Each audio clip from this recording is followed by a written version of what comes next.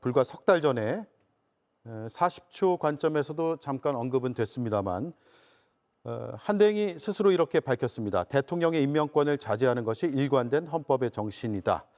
어쨌든 이 발언 자체는 스스로 뒤집은 셈이 된 건 맞는 것 같습니다. 그렇다면 왜 이런 선택을 했을까가 궁금한 건데 그 이유에 대해서 자유토론을 시작해 보겠습니다. 조 대표님 시작해 주시죠. 저는 이 타이밍에서 우선 제가 아까 말씀드렸던 대로 권한을 충분히 행사해야 된다고 생각하지만은 이 타이밍에서 두 달 있으면은 새로운 대통령이 임명을 하면 될 텐데 이렇게 왜 서둘렀느냐 하는 데 대해서는 의심할 만한 여지가 있다고 생각합니다. 특히 이완규 법제처장을 헌법재판관에 임명한 것은 무리가 있다고 생각합니다. 그래서 헌법재판소 구성을 윤석열 대통령 또는 윤석열 세력에 유리하도록 만들려는 의도가 있었다고 생각하고 또 다른 저는 의심을 하나 합니다. 한덕수 권한대행이 대통령 후보로 나올 혹시 욕심이 있을지 모르겠다는 생각이 들고 그런 점에서 오히려 탄핵을 당해가지고 출마하고 싶은 생각이 있는 것 아니냐 한다면은 이것은 민주당 쪽에서 좀 조심해야 될 부분 아니냐 하는 생각이 듭니다. 예. 한덕수 대행이 대선 출마 생각이 있을 수도 있다. 이 말씀인데 상당히 여의도 정가에서는 많이 퍼져 있는 얘기이기도 하고요. 국민의힘 일부 의원들은 그런 얘기를 공공연하게 하기도 하고요. 가능성이 있을까요? 어떻게 봅니까? 우리 의원들 중에서도 뭐 그런 말씀을 하시는 분이 계시는 것 같아요. 뭐 직접 한덕수 대행을 찾아간 분도 계시고.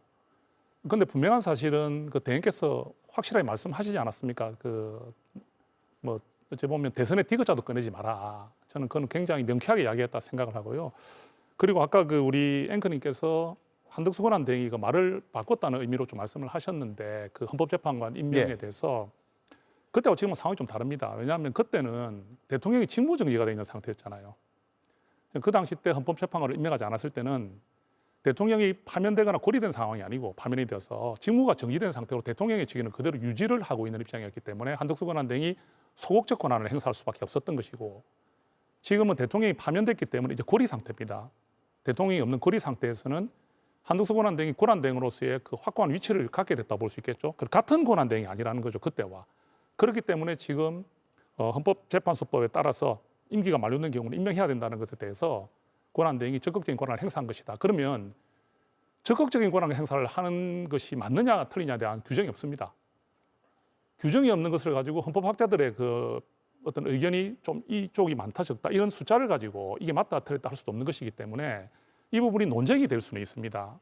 또 민주당이 그런 문제를 제기는 할 수 있어요. 그렇지만 이것이 법적으로 문제가 있다는 명쾌한 그 부분이었기 때문에 민주당이 이에 대해서 특별하게 어떤 뭐 권한쟁의 심판을 뭐 청구한다는 이런 부분들도 굉장히 지금 설득력이 떨어지고 또 효과가 없다고 지금 판단하고 있거든요. 예, 그런 상황으로 말씀드리겠습니다.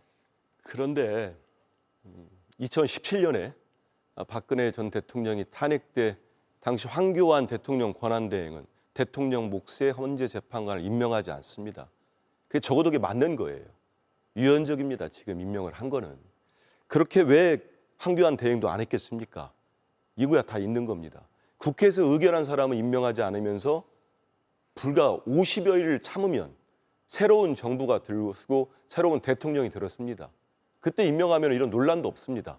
그리고 마은혁 재판관을 지금 임명한 것처럼 진즉에 했거나 이번에 마은혁 재판관만 임명했다면 7분의 헌법재판관들 충분히 재판할 수가 있습니다. 결정도 할 수 있고요. 그건 다 알지 않습니까? 그러면 왜 했을까? 우리 조 대표님도 잠깐 말씀하셨는데 좀 묘한 게 있어요. 오늘 그 권성동 원내대표, 좀 지도부 지금도 하지 않습니까? 파면, 윤 대통령 파면 이후에도. 출마를 해도 국정 혼란 없을 것. 누가 출마냐면요. 한덕수 대행을 지칭하면서 얘기한 겁니다. 많이 달라졌죠. 그리고 이분이 왜 이렇게 무도하게 계속할까? 저는 윤 대통령의 극렬적 지지자들이랄지 극우 성향의 지지자들에게 보여주는 것 같습니다. 본인을. 내가 이렇게까지 하고 있다. 그전에도 말이 안 되는 행동들을 많이 했지 않습니까? 선택적으로 인사권을 쓰고. 결국은 저는 무엇인가 표정에서도 뭔가 좀 달라진 걸 느끼거든요. 제가 기자 때부터 봤기 때문에 좀 아는데 뭔가가 좀 들어왔어요. 그게 정말로 본인이 대선에 한번 출마해볼까? 이런 건 본인 속마음이니까 제가 정확히 모르겠습니다만은 뭔가는 좀 있어 보인다. 특히 권성동 원내대표의 이런 말들이 뭔가 있을 것 같다 생각이 들고, 두 번째는 금원 이변 인사가 2명을 지정한 이완규 법제처장과 또 함상훈 부장판사인가요? 2명을 지명한 게 한덕수 대행의 인사일까? 좀 의심할 여지가 있습니다. 왜냐하면 추경호 원내대표, 신윤희의 대표적인 인물이죠. 지난번에 비상계엄 해제 의결할 때도 의원들과 같이 안 들어가지 않았습니까? 그분이 우리 박찬대 원내대표 말씀을 들어보니까 그 전부터 비상계엄 전부터 이완규 법제처장을 헌재 재판관 소장으로 생각하고 있다. 임명 자기들 이분을 헌재 재판관을 하고 싶다고 했답니다. 진즉부터 생각한 분입니다. 그렇다면은 한덕수 대행의 지금 인사가 본인 인사로 보이십니까? 4월 4일 날 탄핵되고 며칠이 지났습니까? 파면되고. 그래서 저희들이 이 충격적인 지명이 있은 직후에 긴급 회의를 열고 최고위 회의를 열고 규정을 했습니다. 내란 동조 세력의 헌법재판소 장악 시도다. 저는 충분히 그런 규정이 합리적이라고 봅니다. 예. 근데 지금 좀 한 말씀 드려도 되겠습니까? 제가 우리 박수 의원님 말씀하셔야 되는데 하십시오. 지금 이게 우리 논쟁인데 우리 한미수 대변인님 하시는 부분은 이게 논쟁이라보다는 어찌 보면은 뭐 들은 이야기를 가지고 지금 뭐 그런 식으로 아니. 했다는 박찬대 말씀을 원내대표 하시는 얘기가 건데 들은 얘기입니까? 그래 그런 표현들이 협상을 하다가 나온 얘기입니다. 예, 근데 그 부분을 우리가 뭐 정황을 확정할 수도 없는 부분에서 추경호 원내대표한테 확인해 보십시오. 그래서 그런 부분은 확인이 되는 부분을 저는 뭐 이쪽에서는 인정할 수 없고요. 그래서 그렇게 좀 않습니다. 추측성 그런 부분으로 뭐 권한 대행 이런 부분을 논하기보다는 제가 아까 말씀드린 대로 논리적으로 이렇게 부딪히는 게 맞지 않겠나. 저렇게 아니, 제안 좀 이거는 드려보고요. 좀 불쾌한데요. 예, 정 의원님. 예, 우리 박찬대 원내대표가 예. 협상의 대상자였어요. 예, 추경호 원내대표로부터 이런 요구를 받았답니다. 예. 그럼 박찬대 원내대표가 이런 얘기를 거짓을 뭐 했겠습니까? 거짓이라기보다는 그런 말들이 그렇지 않습니까? 그래서 예. 이 파면이 된 지가 4월 4일입니다. 근데 이분이 지명한 게 언제입니까? 불과 3, 4일 뒤에요. 그러면 3, 4일 동안에 내가 이분들을 해야 되겠다고 깊이 고민해서 했겠을 가능성이 있습니까? 그리고 더군다나 추경호 전 원내대표가 계엄 전에 이분을 헌재 재판관을 시키고 싶다고 협상의 카드로 요구를 한 사람입니다. 그렇기 때문에 저는 이런 의심이 있을 수밖에 없다고 봅니다. 의심이죠, 의심이죠. 네, 뭐 다른 측면에서 말씀을 좀 드려보겠습니다. 지금 이 내란이 종식된 상태일까라고 하는 질문을 한번 던져봅니다. 그리고 이것을 정치권의 몸을 담고 있는 우리들의 시각이 아니라 이걸 겪고 있는 국민의 시각에서 한번 우리가 돌아보자. 우리가 국민 눈높이라는 이야기를 많이 합니다. 우리는 온갖 그 법조문과 여러 가지 이 뭐 판례들 모든 것들을 다 동원해서 서로 논쟁을 합니다. 지난 4개월 동안 그렇게 해왔습니다. 그런데 국민은 12월 3일 헬기가 그 평화롭던 국회에 내려앉고 무장 군인이 국회 유리창문을 깨는 걸 보았는데도 국민은 이 정치권의 지리한 법적 논쟁을 지켜보면서 4개월 분노의 밤을 세워야 됐어요. 이런 문제를 우리들끼리 법논리를 가지고 토론하고 논쟁하는 것이 아니라 국민의 시각은 어떤 것인가. 국민이 12월 3일 그것은 분명하게 우연불법한 내란이다라고 국민은 이미 결론 내리고 있었는데 국민과 무관하게 정치권이 논쟁을 한 것입니다. 지금 한덕수 대행의 행위도 마찬가지입니다. 국민은 이미 이거 너무한 거 아니야? 라는 상식적 판단을 하고 계실 것입니다. 그러니 그렇게 주권자인 국민의 판단을 놔두고 이것을 정치권이 교묘한 법논리, 법꾸라지라는 소리를 들어가면서 서로 맞다 틀리다라고 하는 논쟁을 하는 것, 제발 이제는 한 번 그런 불행과 그런 분노의 그런 어떤 밤들을 지새우신 그런 국민들에게 이 한덕수 대행의 이 이해할 수 없는, 국민이 이미 이거 정말 아니다라고 판단하고 계실 이런 문제에 대해서 정말 조그만 법논리 가지고 들이대서 또다시 국민에게 혼란을 드리고 분노를 느끼게 하는 이런 일을 해서는 안 된다라고 하는 것에 정치권이 합의해야 된다고 생각하고, 우리 정 의원께 대단히 죄송합니다만 국민의힘은 이 불법 위헌한 이 비상계엄을 선포해서 파면당한 대통령을 배출한 정당입니다. 그렇기 때문에 한덕수 대행의 이 행위에 대해서는 더 이상 어떤 법 논리를 가지고 자꾸 보호하고 옹호하려고 하는 것이 아니라 이제는 인정하고 국민께 사죄하는 마음으로 지금 조기 대선 후보들 많이 나와 있지 않습니까? 이것을 인정하지 않고 어떻게 미래를 국민에게 선택해달라고 하시겠습니까? 그러므로 이제는 확실하게 한덕수 대행의 이 문제는 잘못되었다라고 무효화시키고 국민의힘이 스스로 그래서 내란 옹호 정당이라는 오명을 벗고 조기 대선에 임하는 이제 국민 좀 편하게 해드려야 된다. 그런 말씀을 좀 감히 드리고 예, 싶습니다. 지금 박수현 제가 의원님. 한마디. 예. 제가 아까 그 국군 통수권 문제를 제기를 했는데 이번 헌법재판소의 그 결정문에 아주 중요한 대목이 있는데 아마 우리나라 역사상 처음으로 헌법 제5조 위반이라는 말이 나왔거든요. 헌법 제5조가 국군의 사명인데 국군은 국가의 안전보장과 국토방위의 예, 맞습니다. 신성한 의무를 수행함을 사명으로 하며 정치적 중립은 준수되어야 한다. 이렇게 돼 있습니다. 예. 이걸 딱 집어가지고 헌법 제5조 위반이라고 판단을 했습니다. 그래서 국군 통수권이라는 게 뭔가 하는 것을 처음으로 이 활자에서 끄집어내가지고 실제 판례에 적용한 건데 한동훈 전 대표의 이야기 들으면은 12월 3일, 4일 이 무렵에 미국 측에서 지금 국군 통수권을 행사하는 사람은 누구냐라고 계속 물었다는 겁니다. 그래서 이 국군 통수권이라는 것은 너무나 엄청난 권한이고 또 우리가 핵무장한 북한 노동강 정권과 대치하는 입장에서 이 국군 통수권을 대통령 권한대행이 수행할 수 없다고 하면은 이거는 어마어마한 문제가 생깁니다. 예. 만약 그런 사실을 김정은이 간다면은 그걸 이용을 해가지고 뭐 불장난을 하지 않겠습니까? 그래서 대통령 권한대행의 권한을 여기까지는 허용하고 여기까지는 허용하지 않는다는 명시적인 법률이 없는 한은 포괄적으로 권한 대행을 할 수 있다고 봐야 된다고 생각합니다. 예. 그다음에 두 번째, 어제는 제가 보기에는 한덕수의 날이었어요.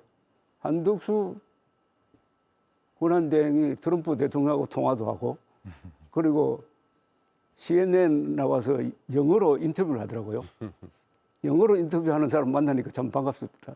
그다음에 두 사람을 지명을 해가지고 예. 이런 분란을 일으키고 하는 걸 가만 보면서 갑자기 아마 국민들 중에 상당수는 보수 성향일지 모르겠습니다만은 한덕수 국무총리 권한대행 경륜이 있는 사람, 통상 전문가 그리고 안정감이 있는 사람이다 하는 쪽으로 이미지가 형성되지 않을까. 그 타이밍을 한덕수 권한대행이 이용해서 그런 지명을 해가지고 그런 뉴스를 만들었는지는 저는 알 수가 없습니다만 그런 걸 생각하면서 출마에 상당한 의지를 갖고 있는 것 아니냐 하는 생각을 한번 해봤습니다. 예. 권한대행의 권한이 헌법에 명시적으로 규정된 바가 없다면 임명권은 있다고 봐야 된다라는 말씀이죠. 그렇죠. 포괄적으로. 예. 하지만 지금 민주당에서 위헌적이라고 그렇습니다. 주장하고 계시고 그 위헌이라는 논리를 조금 더 들어볼까요? 제가 짧게만 붙이면 우리 이제 조 선생님 말씀에 제가 바로 반박을 하는 것 같아서 대단히 송구스럽습니다만 예, 맞습니다. 국군 통수권이라고 하는 개념을 끌어들여서 대통령과 국무총리는 현격한 차이가 있다라고 하는 헌법재판소의 판결이 있었지 않습니까? 그런데 이 해야 할 일과 하지 말아야 될 일, 굉장히 제한적으로 행사돼야 된다라고 하는 그런 어떤 명시적이진 않지만 그런 헌법 정신이 분명히 판결이 있는데 선생님께서는 그 문제를 국군 통수권이라고 하는 너무 명확한 논리를 끌어들여서 이렇게 이건 반드시 빈틈이 없어야 되므로 다른 것도 그렇게 해야 된다라고 하는 그런 논리의 비약이 좀 아닌가라는 외람되지만 저는 그런 생각이 들거든요. 그래서 국군 통수권에 대한 그 어떤 토론은 존중하지만 그러나 그것이 이 헌법재판관을 임명하는 이것과 과연 같은 의치로 동등한 가치로 비교할 수 있는 일인가라고 하는 것에 대해서는 약간 동의하기 어렵다. 그러므로 명시적 판결이 없다 하더라도 권한대행 국무총리로서의 권한은 대통령이 그것과 현격한 차이가 있다라고 하는 이런 해석들이 어떻게 보면 명시적으로 하지 말아야 될 부분을 규정하고 있는 것 아닌가. 그래서 이것을 위반했기 때문에 결과적으로는 명시적 위헌은 아니라도 헌법 정신을 위반한 이런 것이고, 더구나 12.3 위헌 불법 비상계엄으로 헌법의 가치가 완전히 땅에 떨어져 있는 이 위기 상황에서 더구나 이 헌법 가치를 더 나락으로 떨어뜨린 이런 어떤 위험을 범하고 있다. 이런 측면에서 사실 걱정을 좀 함께 해보는 것입니다. 거기다가 먼저 제가 하시겠습니다. 좀 되겠습니까? 예, 먼저 하시죠. 저대로 하는 게 하고 좋겠어요. 알겠습니다. 예, 예.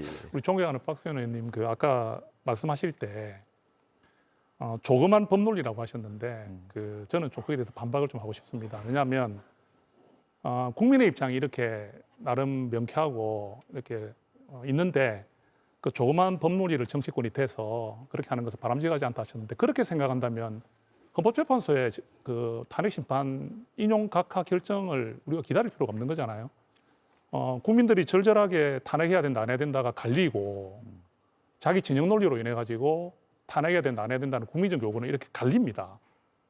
근데 그런 상황에서 우리가 마지막으로 들이댈 수 있는 게 법논리 아닌가요? 그래서 우리가 헌법이 있는 것이고 법률이 있는 것인데, 그 법논리를 조그만 법논리라고 표현한다면 그 부분에 대해서는 좀 저는 동의를 좀 하기 어렵습니다. 그래서 아까 제가 40초 그 모두 발언을 할 때 이 헌법을 읽었지 않습니까? 분명히 권한대행은 그 대통령의 권한을 행사할 수 있도록 되어 있습니다. 근데 이게 헌법학자들이 자꾸 적극적 행사다, 소극적 행사다는 걸 이야기한다는 거죠. 그리고 헌법재판소 법에도 나와 있지 않습니까? 임기가 만료된 경우는 임명하라고. 그리고 한덕수 권한대행께서는 그 행사를 한 거예요. 그러면 그게 해서는 안 된다는 규정을 들이대봐라는 뜻이죠. 민주당에서 한덕수 권한대행이 이렇게 한 데 대해서 무슨 법조항에서 잘못된 것인지를 근거를 대봐라는 뜻입니다. 그 근거에서 권한대행이 대통령 권한대행이 임명할 수 없다는 그런 규정이나 법률이나 근거가 있다면은 그런 어떤 예전에 뭐 어떤 지난 정권에서의 이런 뭐 예시 이런 것이 아니라 그 예시는 그때 있었던 데서의 판단이고 지금은 또 지금에서의 판단 아니겠습니까? 그래서 저는 이 논리에 대해서 민주당에서 반박은 할 수는 있습니다. 한덕수 권한대행이 지금 차기 대통령이 선출될 수 있는 2달만 기다리면 할 수 있다는 그런 부분들이라든지 이런 부분에 대한 이의제기는 할 수 있어요. 근데 그것을 명쾌하게 들어가서 우리가 법에 대한 근거를 봤을 때 우리 국민의힘의 입장이라든지 한덕수 권한대행 입장에서 충분히 저희는 할 수 있는 권한을 행사했다는 말씀을 드리는 것입니다. 예. 이미 헌재에서 결정이 난 게 있습니다. 지난번 한덕수 권한대행의 탄핵 심판에서 그 논란을 한번 삼은 게 있지 않습니까? 국힘당에서도 그 이분의 탄핵 소추의 여건이 국회 제적의원의 200석이냐, 151석이냐. 헌재가 명확히 규정을 했습니다. 과반이다, 국회의원의 151석이라고 했습니다. 그러면 이분의 지위는 뭐냐? 권한대행의 지위는 총리입니다. 총리가 할 일이 있는 겁니다. 그리고 두 번째는 이제 헌재까지 내왔고, 이 대통령의 고유 권한이라는 거는 좀 전에도 나왔으면 입법조사처도 말씀을 했고, 정확하게 헌정 회복을 위한 헌법학자 회의에서 이렇게 얘기를 합니다. 국정의 안정적 이양을 최고의 책무로 삼아야 될 권한대행이 이번에 지명은 유연적 행위를 자행했다. 그럼으로써 또 다른 국론 분열과 전국 불안정에 불씨를 제공했다. 이런 얘기를 합니다. 그렇기 때문에 이번에 한덕수 대행은 월권이고 권한 남용입니다. 여기에다가 우리 조 대표님도 앞서서 말씀하신 것처럼 이완규 법제처장은 더욱더 문제가 큽니다. 적어도 저런 분은 지명하면 안 됩니다. 왜냐? 이분은 지금 국가수사본부와 공수처에서 내란 방조 혐의로 피의자로 입건이 돼서 조사를 받고 있습니다. 특히 경찰 조사에서는 핸드폰 바꿨다는 건 국회에서 인정하지 않았습니까? 삼청동 안가 4인방 회의에서 묵비권을 진술을 거부하고 있고, 이분이 헌정 질서를 파괴하고 국헌을 문란하게 한 내란의 혐의가 있습니다. 연루됐다는 혐의가 있는 분이에요. 그런데 이분을 헌법을 지켜야 될 최후의 보루라고 할 수 있는 헌법재판소의 재판관으로 지명한다? 이거 제정신인 사람이 할 수 있습니까? 그러니까 한덕수 대행이 다른 생각을 하고 있다. 이렇게 많은 분들이 의심을 하는 거예요, 합리적으로. 이완규 법제처장을 시킬 수는 없는 겁니다. 그러면 지명해서 예를 들어서요, 국회에서 국회의장께서 인사청문 보고서 접수조차 안 하겠다고 했습니다만, 만약에 절차가 진행되는 과정에 이분 기소되면 어떻게 할 겁니까? 내란 혐의로 기소되는, 내란 방조 혐의로 기소된 사람을 대한민국 헌법재판소 재판관이 될 수 있습니까? 헌법을 지켜야 될 사람이 헌법을 파괴하는 쪽에 섰는데, 이런 지명을 하고 난 다음에 나는 떳떳하다, 이걸 국회가 뭘 해달라.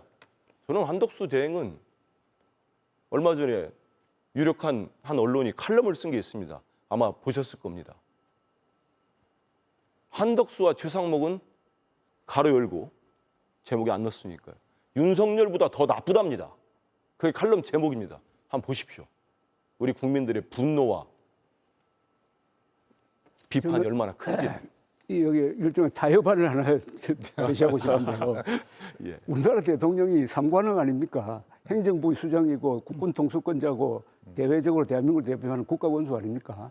이런 막강한 권력 중에서 지금 헌법재판관 임명하는 것은 그 크기로 말한다면은 뭐 100분의 1, 1000분의 1밖에 안 될 거라고요. 예. 그런데 여기에 너무 집중해가지고 대통령 권한 전체를 제대로 대행할 수 없다, 이렇게 묶으면은 문제가 생길 것 같아요. 예. 특히 대외적인 문제에서.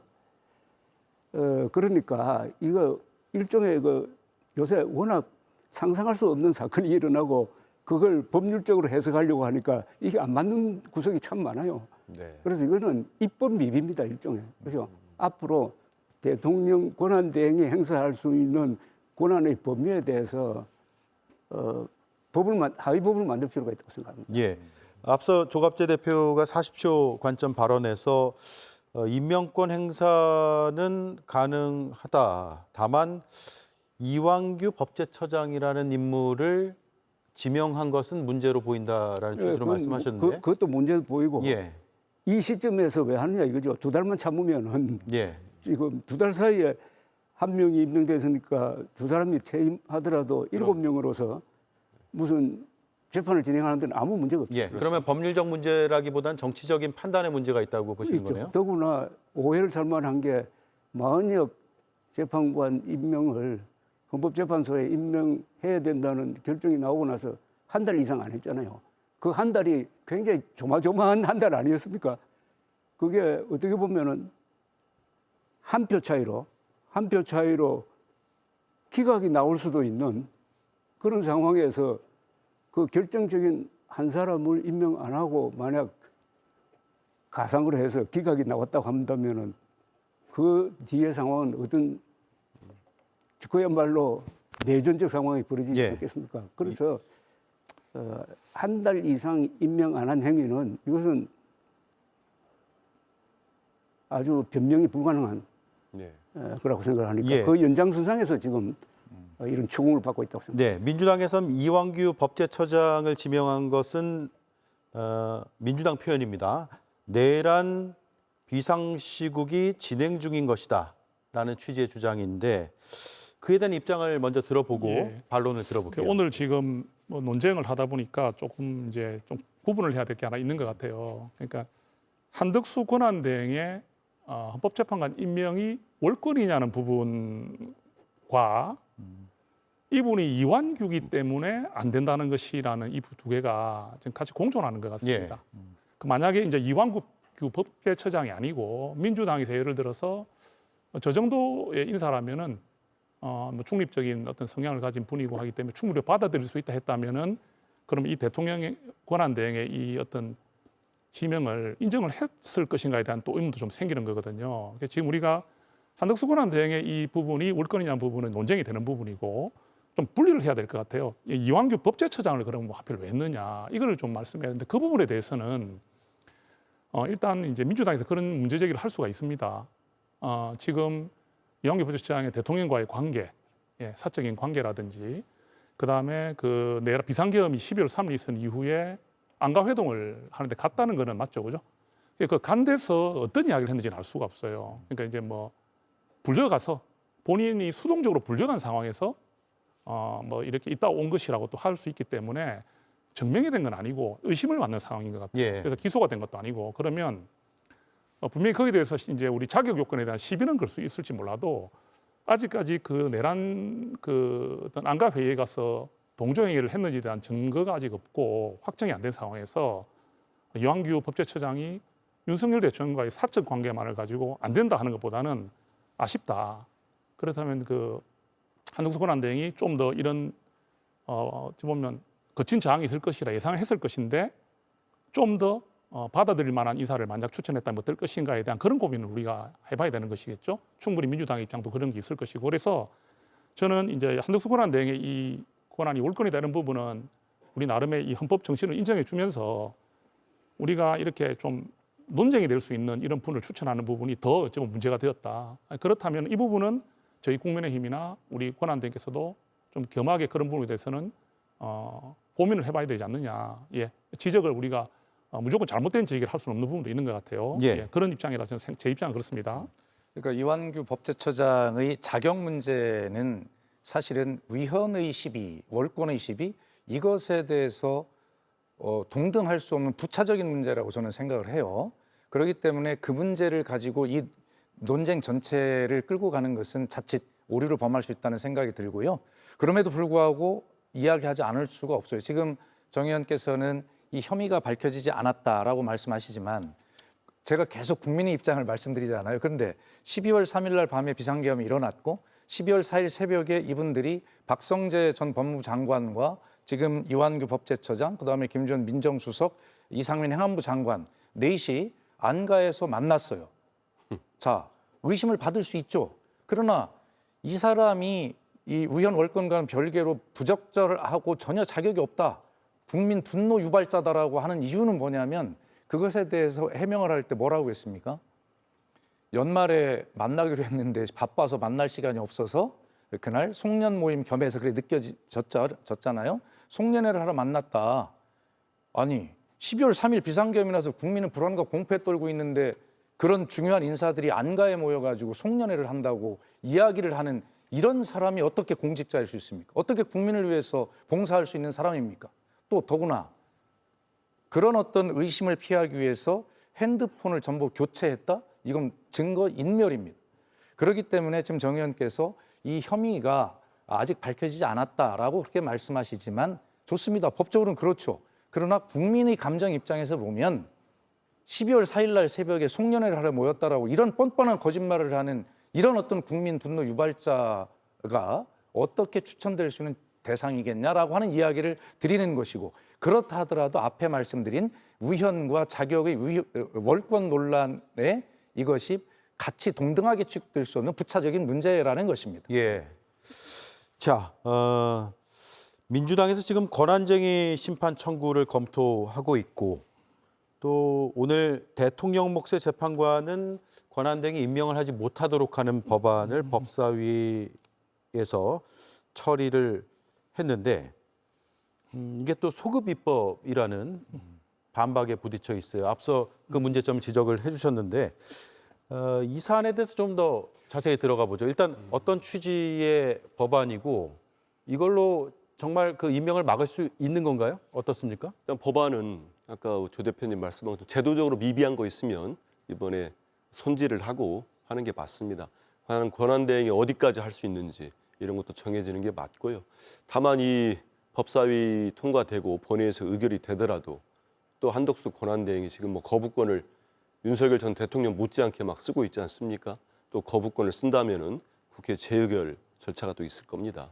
하지만 법적인 문제, 제도적 문제는 이건 뭐 정치권 전체가 머리를 맞대고 좀 고칠 부분들, 논란이 되는 부분은 손을 봐야 됩니다.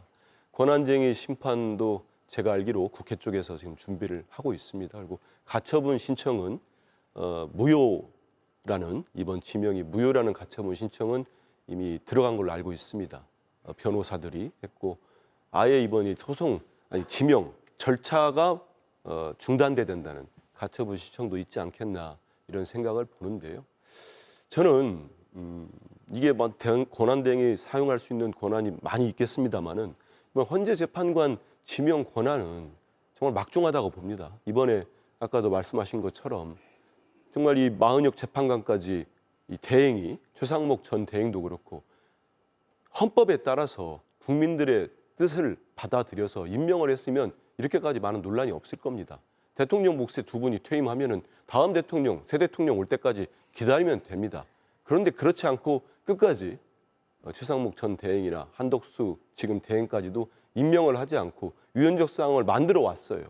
그런 상황에서 지금 이완규 법제처장이라는 분과 다른 한 분, 2명을 지명을 하게 된 겁니다. 그러면 왜 그랬을까? 앞에서 지금 두 가지를 저도 대표님도 그렇고 짚었는데 저는 또 하나가 있을 것 같아요. 2달을 참지 못해서 6년짜리 헌재재판관을 임명한다? 저는 알박기라고 봅니다. 헌재재판, 헌법재판소에 대한 어떤 장악 시도랄지 앞으로의 어떤 헌재 재판 과정에 있어서 이른바 윤석열 전 대통령이나 그 극우 성향의 보수들이 원하는 어떤 결과를 만들기 위한 인적 구성을 노리고 접근하지 않았나 이런 생각을 합니다. 아마 그런 생각을 노렸던 분들은 이런 얘기 들으면 좀 뜨끔할 겁니다. 다 알잖아요, 우리 국민들이. 그렇기 때문에 지금이라도 지명을 철회하십시오. 오늘 공수처장이 국회에 나와서 무슨 얘기를 했습니까? 한덕수 권한대행과 이완규 법제처장은 명백한 수사 대상이라고 했습니다.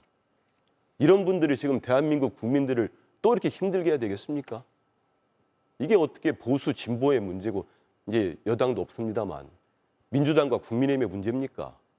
대한민국이 제대로 가는 방향의 문제라고 봅니다. 그래서 저는 즉각 지명 철회하고 국민들께 사죄하는 게 맞다. 이런 점에서는 우리 국민의힘 의원님들 지도부도 같이 힘을 모았으면 좋겠습니다. 지금 하나 궁금한 게 권한쟁의는 아직 들어가지 않았죠. 예, 지금 검토 중인 걸로 알고 그런데 있습니다. 그래 권한쟁의 대상이 됩니까? 그런 부분들을 이제 우리 저희 예. 법률위하고 국회 차원에서도 지금 검토를 하고 있습니다. 근데 지금 들어간 게 김모 교수라는 분이 자기가 지금 헌법재판소에 재판받고 있는 걸 가지고 지금 그러니까 뭡니까? 지명한 분의 인사청문안을 국회에 보내는 행위 여기에 대해서 지금 가처분 신청을 건 거 아닙니까, 그죠? 헌법 소원을 하고 예. 헌법 소원을 하고 헌법 소원에 근거해 가지고 효력 정지 가처분 신청을 했는데 이게 과연 될 수 있을까 하는 그런 회의를 가진 법률가들이 많더라고요. 그런 가운데서 권한대행 헌법재판관 임명 금지 이 법안을 통과시키면서 부칙을 두 가지고 이미 임명한 두 사람을 네. 말하자면 무효로 돌리는 일종의 소급 입법을 한 걸 보고 제가 느끼는 게 이 과잉 대응을 하는구나. 이게 법적으로 잘 안 되니까 과잉 대응을 하는구나 하는 느낌을 받는 거예요. 그런데 이게 소급 입법이라는 게 우리나라에서 기억나는 거는 딱 두 건밖에 없는데요. 제 상식적인 법 지식으로는 1995년에 5.18 특별법 소급 입법이 있었지 않습니까? 그런데 그게 헌법재판소에 가서 다툴 때 사실은 결과가 어떻게 나왔냐면은 이것은 위원이라는 사람이 5명이었다고요. 그리고 위원이 아니라는 사람이 4사람이었습니다. 한 사람만 일로 갔으면 거의 위원 될 뻔했어요. 그래서 이건 아주 특이한 그러니까 12.12 사건 5.18 이걸 공소시효가 끝났지만은 처벌한다는 이런 거대한 역사적 명분이 있었는데 여기에 소급 입법 한다고 하니까 야 이렇게 과잉 대응할 필요가 있느냐 하는 생각도 들고 만약 이재명 대통령이 등장한다면은 이 정도를 가지고 소급 입법을 했는데 그럼 앞으로 소급 입법 계속 남용해가지고 어떻게 보면은 국민들 기본권을 침해하는 이런 쪽으로 가지 않을까 하는 공포감을 주는 것 같아요. 그러면 지명 철회는 방법이 될 수 있다고 보세요? 지명 철회를 압박하는 수밖에 없잖아요. 사실은 지금 법적으로 안 되면은 그건 뭐 정치적인 문제죠. 정치적인 문제인데 법적으로 이렇게 너무 다루다가 보면은 자가당착에 빠지지 않을까 생각합니다. 조 대표님 말씀에 깊이 공감이 가는 부분입니다. 그래서 이제 민주당도 사실은 보면 아까 제가 이제 뭐 작은 법 이렇게 표현해서 죄송한데 아니 정말 이 법꾸라지 법 기술을 동원해서 온갖 상상도 못할 일들이 나오는데 그런 걸 상상이 못했기 때문에 법에 사실은 미비된 게 많거든요. 그럼 민주당은 국회가 가진 권한 안에서 어떻게 대응해야 되는가를 생각하면 민주당도 참 답답하기 이를 데가 없어요. 그렇기 때문에 지금 선생님께서 지적하시는 소급 입법 같은 과잉 대응 같은 거라도 할 수밖에 없는 상황이란 말이에요. 민주당이 바보고 미련해서 그렇게 하는 게 아닙니다. 답답하고 현실이 그러니까 뭐 이런 어떤 입장을 좀 시청자 여러분께 좀 말씀을 좀 드리고 싶고요. 그러나 이 저 효력정지 가처분 신청에 대해서는 이제 이런 판단을 갖습니다. 우선 첫째, 헌재가 이미 한덕수에 대한 그 탄핵 심판할 때 이미 이야기한 판례에서 아까도 제가 말씀드렸지만 얘기한 게 있잖아요. 확연히 구분되는 지위에 있다, 대통령과 국무총리는. 그래서 헌재가 이미 가지고 있는 헌법 정신이라는 게 있고요. 예. 그럼 여기에 효력정지 가처분 신청을 했을 때 잘 아시다시피 과반인 5명이 찬성하면 본안인 헌법소원 판단이 있기 전까지 효력이 정지된다는 것인데 이 선례가 있거든요. 바로 직전에 이진숙 방통위원장에 대해서 탄핵 심판을 할 때 재판관 7명 이상이 출석으로 사건을 심리한다는 규정에 대한 헌법소원 효력정지 가처분 신청이 됐는데 이게 전원일치 인용이 되어서 6명으로 심리가 진행이 됐잖아요. 그죠? 이런 전체적인 헌재의 최근의 흐름을 생각할 때는 본인들이 이미 내려놓은 결론도 있고 그런 어떤 탄핵 이런 인용 사례도 있기 때문에 저는 이 효력정지 가처분 신청은 가능할 것이다 이렇게 예상을 하고 아까 선생님께서 의문을 제기해 주신 예를 들어서 권한쟁의 이것은 뭐 차기 대통령이 내가 행사할 권한을 내가 행사하지 못했으므로 차기 대통령이 행사할 부분 아니냐 뭐 이런 논리도 있기 때문에 그건 차치하더라도 이 효력정지 가처분 신청은 현재의 분위기와 인용의 사례를 볼 때 충분히 좀 가능하지 않을까 저는 뭐 이런 기대를 가져봅니다. 예. 제가 반론 짧게 듣겠습니다. 그 민주당에서 이렇게 좀 과잉 대응하는 이유를 제가 그냥 제 개인적으로 한번 좀 질문드리고 싶은 게 혹시 나중에 헌재에서 헌법 84조 해석이 들어갈 수 있다는 부담 아닌가요? 그러니까 이제 이재명 대표께서 재판이 진행 중인 게 많지 않습니까? 근데 대통령이 당선되면 이 재판이 계속 되느냐 안 되느냐는 것은 계속 논쟁이 되고 있습니다. 그 내란과 외환을 제외해서는 하고는 형사소추를 받지 않는다는 그 부분이 재판은 관계 안 된다는 일이 있기 때문에 만약에 이재명 대표께서 대통령이 되었는데 이제 재판이 중지되느냐 안 되느냐는 부분에 대해서 정말 뜨거운 논쟁이 있을 것 같아요. 여쭤보면 이게 굉장히 또 공론분열의 이야기까지 갈 수 있는 부분이 될 수 있는데 헌법재판소에서 이 해석을 정말 내릴 수 있는 그런 상황이 온다면 민주당이 가지게 되는 부담이 어마어마할 것이다. 예. 그래서 민주당이 내심 말은 안 하지만 왜 이렇게까지 좀 우리 선생님이 말씀하신 대로 무리수를 두고 좀 과잉하면서까지 이렇게 대응하는 것인가를 좀 굳이 한번 따져본다면은 헌법 84조에 이 부분이 해석이 들어가는 부분이 굉장히 이재명 대표와 민주당에는 큰 부담이 될 것이라는 생각을 한번 해봅니다. 예. 저에게 질문을 제가 짧게 답변을 예. 드리면 짧게 해주시고 짧게 할게요. 두 번째 예. 쟁점으로 넘어가 주세요. 그러겠습니다. 예. 그렇다면 우리 존경하는 정 의원님 예. 그런 질문을 하신다면 제가 거꾸로 한번 여쭤볼게요. 예. 그러면 한덕수 대행이 이렇게 월권 논란을 빚어가면서 무리하게 이렇게 임명한 것은 그렇다면 헌법 84조 그것을 염두에 두고 이재명 후보가 대통령이 된다 하더라도 이재명 대표의 발목을 잡기 위해서 그것을 염두에 두고 그런 정치적 행위를 하신 것입니까? 라고 제가 묻는다면 뭐라고 답변하시겠어요? 그러니까 서로 그 입장이 되는 거겠네요. 저도 그런 말씀 드릴 수 있고 박수현 의원님도 우리한테 그런 말 할 수 있을 것 같아요. 근본으로 돌아가면 대통령의 고유 권한입니다. 황교안 권한대행도 쓰지 않았던 근데 한덕수 대행이 국회가 의결한 헌법재판관 3명을 최상목 권한대행 때는 전원일치로 위헌이라는 결정까지 다 하지 않았습니까? 그런데도 한덕수 대행은 탄핵소추에서 돌아와서도 임명을 하지 않고 있었어요. 그런데 이렇게 갑작스럽게 임명하는 데는 다른 저희가 있는 거죠. 이건 자기 권한이 아닙니다. 예. 그렇게 보면 됩니다. 알겠습니다.